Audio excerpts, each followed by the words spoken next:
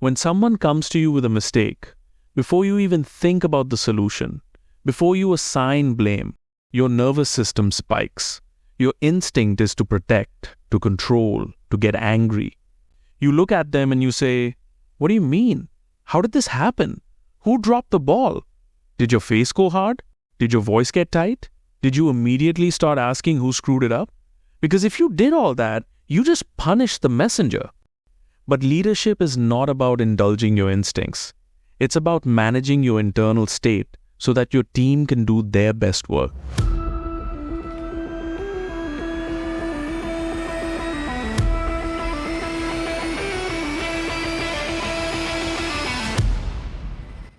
I am so glad you tuned into the All Things Leadership podcast, where we decode the challenges leaders face, how to navigate through day-to-day leadership complexities, so you know the smart ways to be the best version of the leader you've always idolized. I've been having a lot of conversations lately with executives and mid-level managers who are completely frustrated. They say, "I just found out about this massive problem and it's been going on for weeks. Why am I the last to know?" And I always ask them the same thing.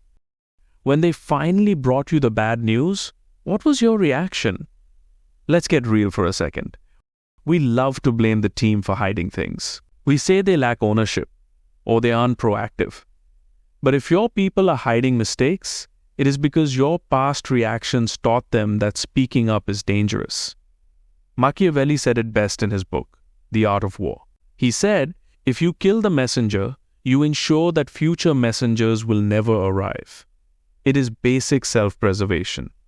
You will keep hearing me refer to Sun Tzu a lot in my podcasts. He talked about this in a different way. He said that if the commander's ears are closed to the reports of the front lines, the army is already blind. He understood that the flow of truth is the lifeblood of any strategy. Modern authors like Amy Edmondson call it psychological safety. Now that's a whole nother episode in and of itself that I'll take up soon. But honestly, it's simpler than that. It's just emotional math. If bringing you a problem feels like walking into a buzzsaw, people will just let the problem rot. Picture this. It is Tuesday afternoon. You are finally catching your breath after back-to-back calls. One of your team members arrives to your workstation, or they drop a message in Teams or Slack.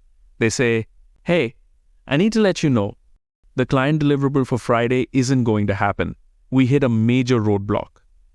What happens inside your body in that exact second? Your stomach drops, your chest tightens, your brain immediately starts spiraling into damage, control, and frankly, into blame. You look at them and you say, "What do you mean? How did this happen? Who dropped the ball? Did your face go hard? Did your voice get tight? Did you immediately start asking who screwed it up? Because if you did all that, you just punished the messenger." Or think about the budget overrun scenario. You are reviewing the monthly spend and you notice a line item that is double what was approved. You call the project lead. They admit they knew about the vendor price hike 3 weeks ago, but they were quote-unquote trying to fix it before they bothered you. You are furious. You feel betrayed. You say, "Why am I just hearing about this now?" The goal here is not to tolerate incompetence. We still need high standards.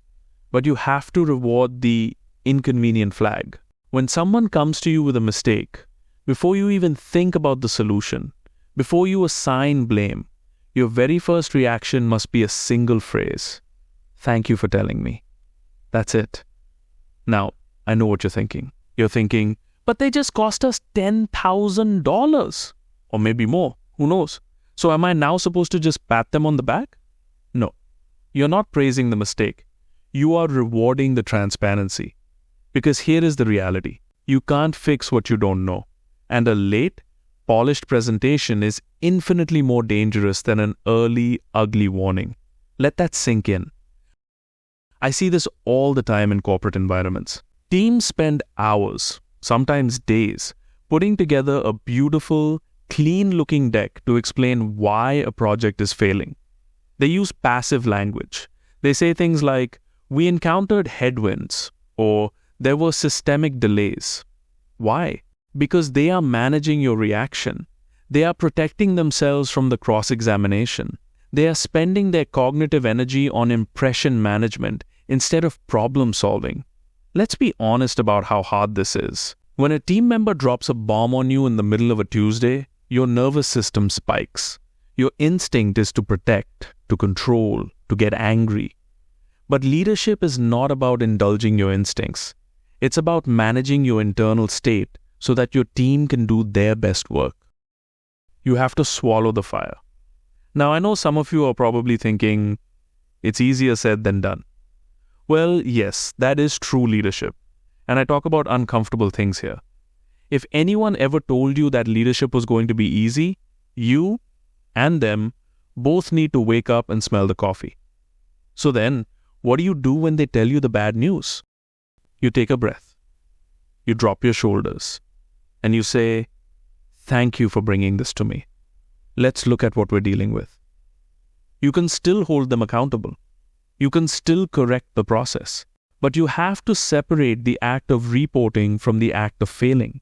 If you don't, you create a culture of silence. And in a culture of silence, small problems magnify into catastrophic failures. The minor bug becomes a data breach. The slight budget overrun becomes a missed quarter. Say thank you for telling me. That's it. Try it this week.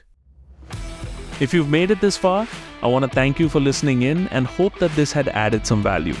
We'll really appreciate if you leave a comment below and let me know what you feel about this. Does this resonate with you? Do you have a different opinion or another strategy that has worked better in your experience? One way or another, let's engage. Speaking of which, why don't you hit the like button and share this with at least one friend or coworker who you think this can be of help.